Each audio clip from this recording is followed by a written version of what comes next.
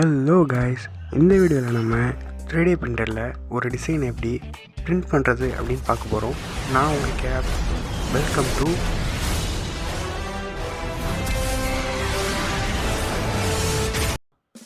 Guys. 3D பிரிண்டரில் ஒரு ப்ராடக்டை நீங்கள் பிரிண்ட் பண்ணணுன்னா பேசிக்காக 3 விஷயங்கள் தெரிஞ்சிருக்கணும். இந்த 3 விஷயங்கள் உங்களுக்கு தெரிஞ்சிருந்துச்சுன்னா 3D பிரிண்டரில் உங்களோட க்ரியேட்டிவிட்டியை பொறுத்து நீங்கள் எந்த ப்ராடக்ட்ஸை வேணால் உருவாக்கிக்க முடியும். அதில் முதல் விஷயம் பார்த்திங்கன்னா டிசைன். இந்த டிசைன் அப்படின்னா என்னென்னா, நம்ம மைண்டில் இருக்க ஒரு க்ரியேட்டிவ் ஐடியாவை ஒரு ட்ராயிங்காக வரைகிறது தான் டிசைன் அப்படின்னு சொல்லுவோம். இந்த டிசைனிங்கிறது ரொம்ப கஷ்டமான விஷயம்லாம் கிடையாது. உங்களுக்கு பேசிக்காக ட்ராயிங் வரைகிற நாலேஜ் இருந்தால் கூட போதும், ஈஸியாக டிசைனிங்கை கற்றுக்கலாம். இந்த டிசைனிங்கை பொறுத்தளவில் நிறைய சாஃப்ட்வேர்ஸ் இருக்குது. உதாரணத்துக்கு வியூஷன் 360, autocad, solidworks, blender, meshlab, tinkercad, இந்த மாதிரி நிறைய சாஃப்ட்வேர்ஸ் இருக்குது. ஆனால் இந்த லிஸ்ட்டில் blender, meshlab, tinkercad இதெல்லாம் தான் ஃப்ரீ சாஃப்ட்வேர்ஸாக இருக்குது. அடுத்தது ஸ்லைசிங். இந்த ஸ்லைசிங்கிறது ஒரு சாஃப்ட்வேர். இந்த சாஃப்ட்வேர் எதுக்குன்னா, நம்மளோட டிசைனை மிஷினில் இன்புட் பண்ணோம்னா மிஷினால் அதை ரன் பண்ண முடியாது. ஏன்னா நம்ம இன்புட் பண்ணுற ஃபைல் பார்த்திங்கன்னா STL ஃபார்மேட்டில் இருக்கும். இந்த STL நம்ம ஸ்டீரியோலித்தோகிராஃபி ஃபார்மேட் அப்படின்னு சொல்லுவோம்.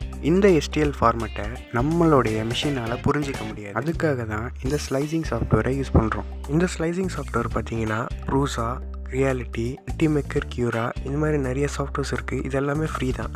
இந்த ஸ்லைசிங் சாஃப்ட்வேர் என்ன பண்ணுன்னா, நம்மளோட டிசைனை மிஷின் லாங்குவேஜில் மாற்றும். அதாவது மிஷின் G கோட் அப்படின்ற ஒரு லாங்குவேஜில் ரன் ஆகும். இந்த லாங்குவேஜை நம்ம ப்ரிப்பரேட்டரி ஃபங்க்ஷன் அப்படின்னு சொல்லுவோம். இந்த லாங்குவேஜ் மட்டும்தான் மிஷினுக்கு புரியும். அதனால் நம்மளோட சாஃப்ட்வேர் நம்மளுடைய டிசைனை ஒரு G கோட் ஃபார்மேட்டில் சேஞ்ச் பண்ணி கொடுக்கும். இது மட்டும் இல்லை, இந்த ஸ்லைசிங் சாஃப்ட்வேரில் இன்னும் நிறைய விஷயங்கள் பண்ணலாம்.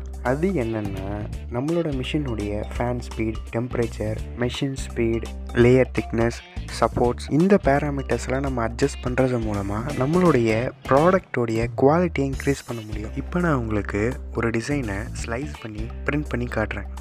இப்போ நம்ம ஒரு ஸ்பைடர்மேன் கீச்செயினுடைய ஒரு டிசைனை தான் நம்ம எடுத்திருக்கோம்.